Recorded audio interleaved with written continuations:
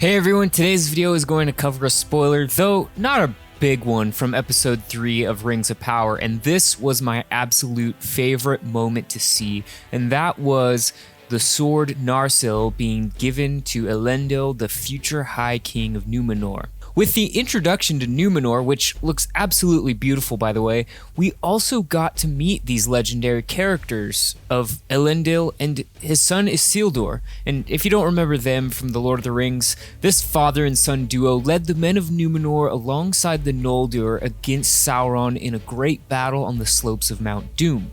In this battle, Elendil is killed by Sauron, and Isildur, his son, picks up the shards of his father's sword Narsil and cuts the one ring from Sauron's hand. Now, the shards of Narsil are later reforged by the elven smiths to create Anduril, the Flame of the West. This is the sword Aragorn wields in the Third Age. Now, with the introduction of Elendil in the show, we get to see this moment when Narsil is given to this future High King.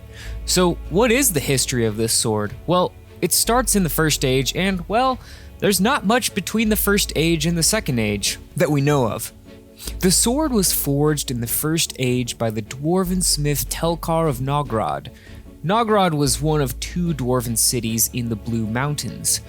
By the Second Age, Narsil had been taken to the island kingdom of Numenor, where it was passed down as an heirloom by the lords of the Anduini. Not much is known about the sword's history during this time, except that it was eventually passed down to Elendil, and this is the moment that we saw in episode 3 of Rings of Power. Elendil would go on to wield this sword during the War of the Last Alliance.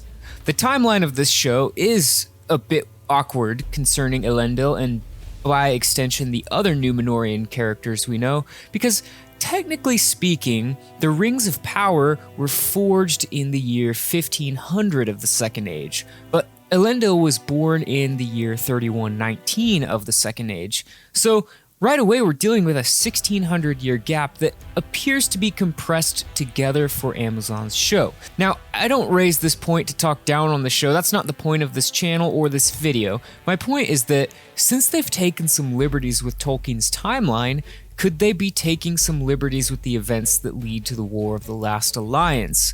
And will we be seeing many of the iconic events of the Second Age be compressed maybe into a timeline that fits this TV format?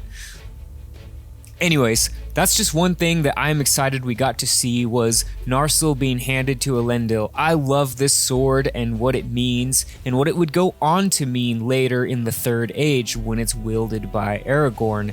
I love this sword so much that I even have the Peter Jackson depiction tattooed on my arm. Anyways, I'm glad that we got to see this. This was my favorite moment in Rings of Power so far.